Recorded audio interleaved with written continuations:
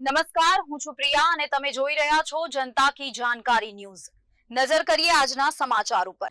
સાવરકુંડલા હાલ પડી રહેલી કાળઝાળ ગરમીમાં લોકોની જઠરાગ્નિ ઠારવા અને સેવાનો ભેખ ધરાવવા માટે સાવરકુંડલા મુકામે એક પ્રેરણાદાયી અને અનોખી જન્મદિવસની ઉજવણી કરવામાં આવી હતી।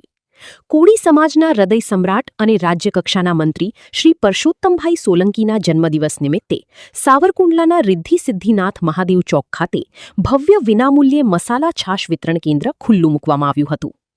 કોળી સમાજના સક્રિય અને ઉત્સાહી આગેવાન ભાવેશભાઈ સોલંકી દ્વારા આયોજિત આ લોકસેવાના કાર્યમાં માર્ગ પરથી પસાર થતા મુસાફરો, રાહદારીઓ અને શ્રમિકોને ગરમીથી રાહત આપવા માટે અંદાજે 1250 જેટલા ગ્લાસ ઠંડી અને સ્વાદિષ્ટ મસાલા છાશનું વિતરણ કરવામાં આવ્યું હતું।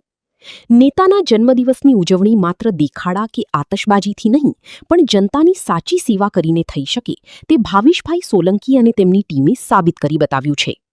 આ સેવા યજ્ઞને સફળ બનાવવા માટે કોળી સમાજના અગ્રણીઓ, સ્થાનિક આગેવાનો તેમજ મિત્ર મંડળે ભારે જહેમત ઉઠાવી હતી અને બહોળી સંખ્યામાં હાજરી આપી હતી।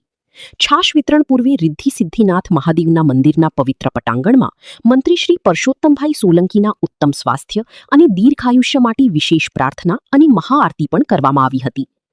ગરમીના પ્રકોપ વચ્ચે ઠંડી છાશ મેળવીને સ્થાનિક લોકોએ આ ભગીરથ કાર્યને બિરદાવ્યું હતું અને આયોજકોને અંતરપૂર્વકના આશીર્વાદ આપ્યા હતા। રિપોર્ટર સમીર ખોખર, વીજપડી।